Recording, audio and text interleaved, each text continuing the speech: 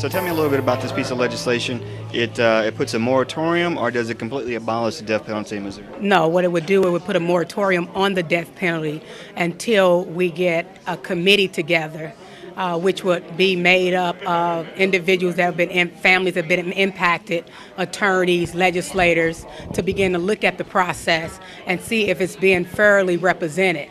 Because right now you have more minorities that are dying as a result of the death penalty than we have white folks. And there are more white folks on death row. So it's very disproportionate when it comes to how they're using the death penalty process. Why do you think that Well, first of all, I'll be frank with you. I think there are a lot of African Americans who are falsely accused and who are incarcerated.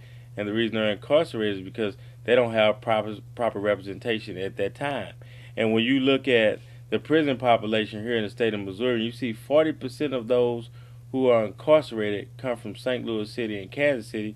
It shows you that there's a problem here. And when you look and see that 65% of them who are incarcerated do not have a GED or do not have some form of high school education, it shows you that these people are, should I say, not the most influential people that are citizens of the state of Missouri.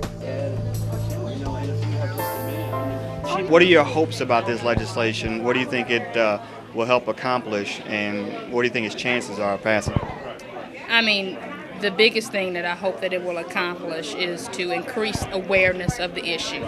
Realistically, I don't think it will necessarily pass. I think this is a very conservative assembly. We are really in the mindset of if you do the crime, you do the time. And I think a lot of people, the majority of people, believe that legislation of this magnitude is something that's soft on crime. This is not about being soft on crime, but this is about making sure that the justice system does exactly what it's supposed to do. You've been lobbying for legislation like this for years. Years. Are you hopeful this time around that this might pass?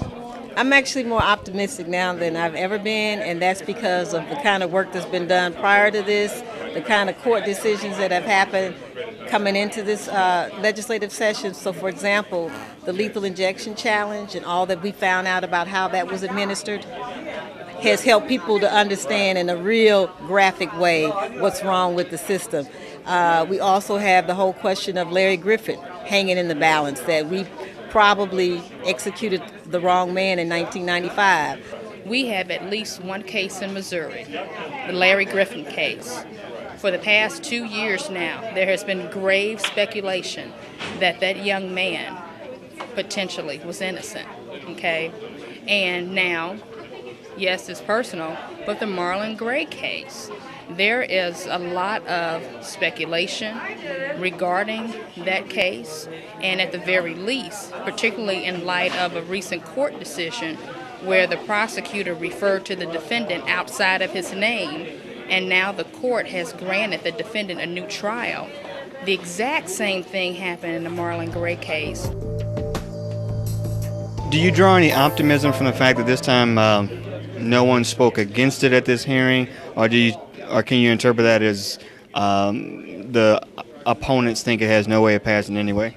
Well, a couple of things. One is we had a Republican Representative Deacon introduce it, and so, as you know, this is a Republican-controlled House, and so I think there's some respect for Deacon, who is, by the way, for the death penalty. So for him to be a sponsor of the bill, saying I'm for the death penalty, but at the same time I see some problems.